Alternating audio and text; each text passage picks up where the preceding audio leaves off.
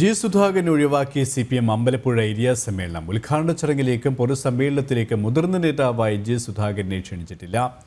G സുധാകരന്റെ പറവൂരിലെ വീടിന് തൊട്ടടുത്താണ് CPM ഏരിയ സമ്മേളനം നടക്കുന്നത്. വിവരങ്ങളുമായി ആലപ്പുഴയിൽ നിന്നും നിഷാദ് ദിലീപ് ചേരുകയാണ്. നിഷ, വിഭാഗീയത CPMനുള്ളത് കൂടുതൽ പ്രകടമാവുകയാണല്ലേ?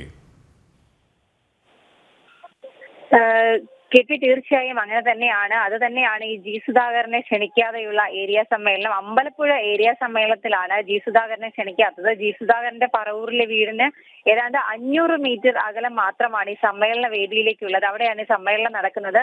അങ്ങനെ നടക്കുന്ന ഒരു സമ്മേളനത്തിൽ ഒരു ക്ഷണിതാവായിട്ട് പോലും ജി സുധാകരനെ വിളിച്ചിട്ടില്ല എന്നതാണ് ഏറ്റവും ഗൗരവമായ കാര്യം.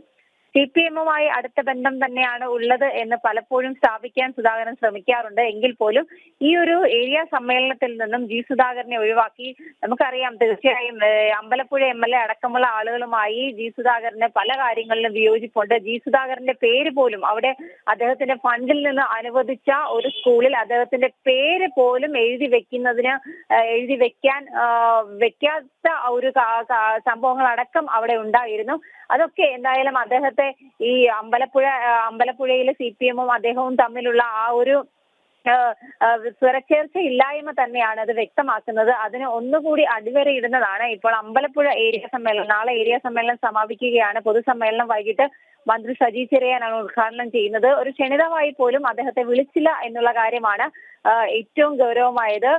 അമ്പലപ്പുഴ ഏരിയ സമ്മേളനം വേദി സുധാകരന്റെ വീടിന്റെ തൊട്ടടുത്തായിട്ട് പോലും ആ ഒരു സമ്മേളനത്തിൽ നിന്ന് ജി സുധാകരനെ ഒഴിവാക്കുകയാണ് CPM ചെയ്തത്. ജി സുധാകരന്റെ പറവൂരിലെ വീടിന് ഏതാണ്ട് 500 മീറ്റർ അകലെ മാത്രം നടക്കുന്ന ഏരിയ സമ്മേളനത്തിലാണ് സുധാകരനെ CPM ക്ഷണിക്കാതെ ഇരുന്നിട്ടുള്ളത്.